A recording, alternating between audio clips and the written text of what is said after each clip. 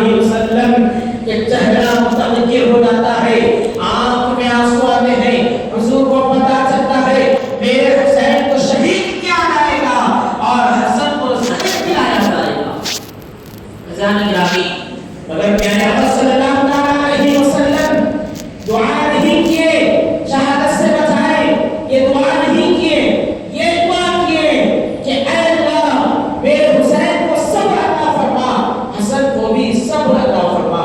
عزیزان گرامی قدر، اب کربلا کا وقت آ جاتا ہے، امام حسین علیہ السلام عقیل سلام اپنے نانا کے بارگاہ میں جاتے ہیں، عرض کرتے ہیں کہ اے نانا جان کہ آپ نے اپنے جو کندھوں پہ بٹھا کر مجھ کو لے جایا کرتے تھے، آج آپ کے کندھوں کی لاج نبھانے جا رہا ہوں۔ پھر اپنے امی جان کے مزار مبارک پر جاتے ہیں، عرض کرتے ہیں کہ اے امی جان، آپ کی امی جان کون؟ کہ وہ خاتون جنت جو نوجوان عورتوں کی سردار ہے، اور وہ خاتون جنت بلکہ جن کو عابدہ کہا جاتا ہے، جن کو طاہرہ کہا جاتا ہے، جن کو عابدہ و طاہرہ پاکیزہ کہا جاتا ہے، وہ خاتون جنت آپ جاتے ہیں، جا کر عرض کرتے ہیں اے مادر شکر، اے میری امی جان کہ آپ نے مجھ کو جو دودھ پلایا ہے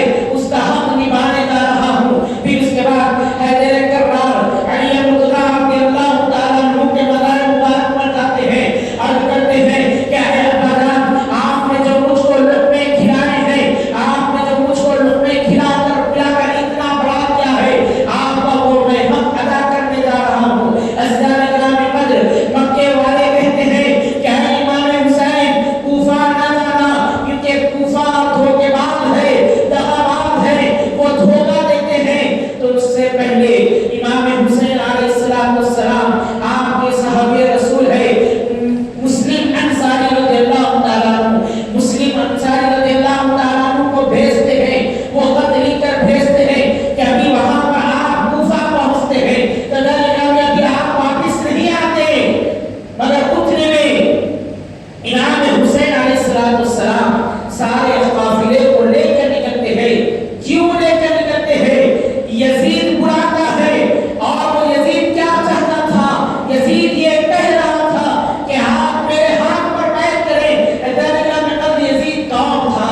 یزید گناہوں کا سردار تھا، یزید گناہوں کا راستہ بتانے والا تھا، یزید ناچ گانے کا پیکر تھا، یزید کھلے عام گناہ کروانے والا تھا، یزید جہنم کا راستہ اختیار کرنے والا تھا، یزید جنتیوں کا راستہ روکنے والا تھا۔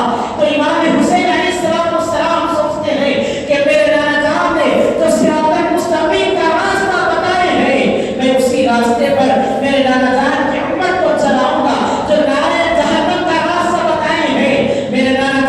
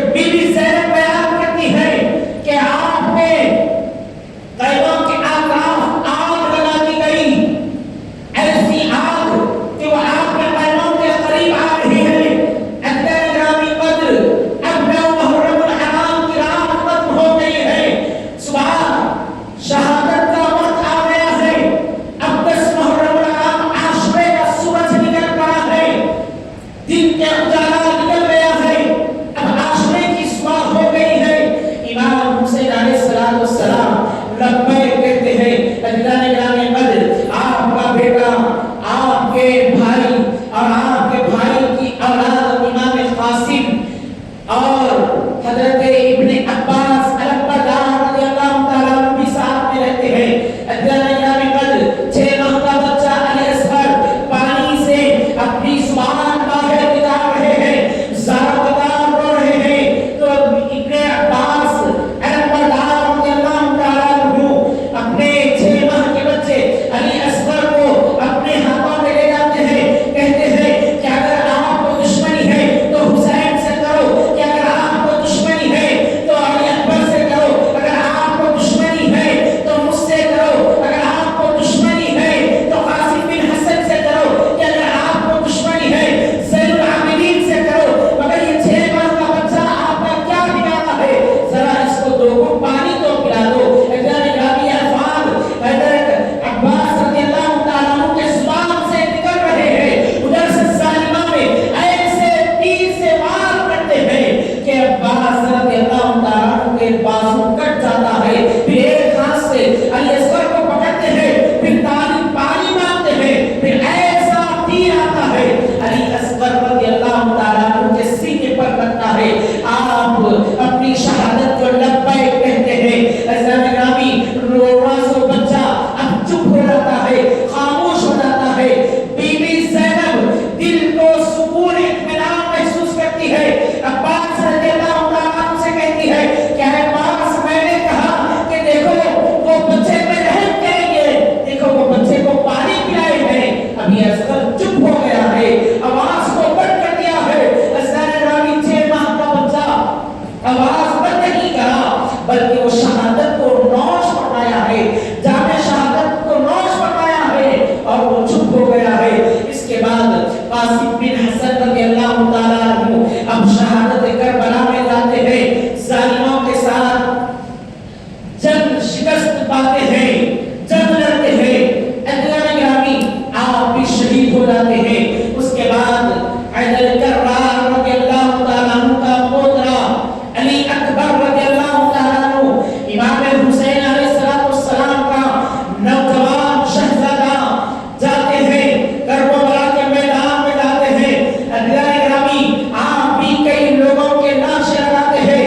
اس کے بعد آپ بھی شہید ہو جاتے ہیں کہ ایک ظالم نے آپ کے سینے پر ایسا تیر مارتا ہے کہ آپ ذوالجلال گھوڑے سے نیچے گرتے ہیں, اور کربلا کے میدان میں آواز لگاتے ہیں کہ یا ابدا, کیا ہے میرے ابا جان, اے امام حسین علیہ السلام. امام حسین علیہ السلام کے کانوں میں یہ آواز گونجتی ہے تو آپ کربلا کے میدان میں تشریف لے جاتے ہیں. عزیزان گرامی, پوچھتے ہیں کیا بیٹے کیا ہوا, تو وہ آپ کا شہزادہ علی اکبر کہتا ہے کہ اے ابا جان, مجھ کو تکلیف بہت ہو رہی ہے اور پانی کی پیاس لگ رہی ہے, ذرا مجھ کو پانی تو پلا دینا. عزیزان گرامی, امام حسین علیہ السلام کہتے ہیں کہ بیٹا, کہ جب مجھ کو پیاس لگتی تھی تو میرے نانا جان پیارے آقا کریم علیہ السلام اپنی زبان مبارک چسایا کرتے تھے. آپ نانا جان نے جو زبان مبارک چسایا ہے, مجھ جیسے گنہگار کے پاس وہی زبان بچی ہے, میں بھی تجھ کو یہی زبان سے پانی پلا سکتا ہوں. عزیزان گرامی, اس کے بعد آپ کا شہزادہ کہتا ہے کہ اب آپ کا تیر تو نکالنا, پھر سے میں اٹھ کر ان لبوں سے لڑ سکوں. تو عزیزان گرامی, علی اکبر رضی اللہ تعالیٰ عنہ کے سینے سے تیر کو نکالتے ہیں تو ان کا غبار نکلتا ہے اور امام حسین علیہ السلام رضی اللہ تعالیٰ عنہ کے چہرے پر مارتا ہے, اور آپ کی شہادت نوٹ فرماتی ہے. مفسرین کرام بیان فرماتے ہیں, جب قاسم بن حسن رضی اللہ تعالیٰ عنہ شہید ہوئے, آپ کا لاشا لایا گیا, خیمے میں رکھا گیا. علی اصغر شہید ہوئے, آپ کا لاشا لایا گیا, خیمے میں رکھا گیا. امام حسین صبر کر رہے ہیں. عباس رضی اللہ تعالیٰ عنہ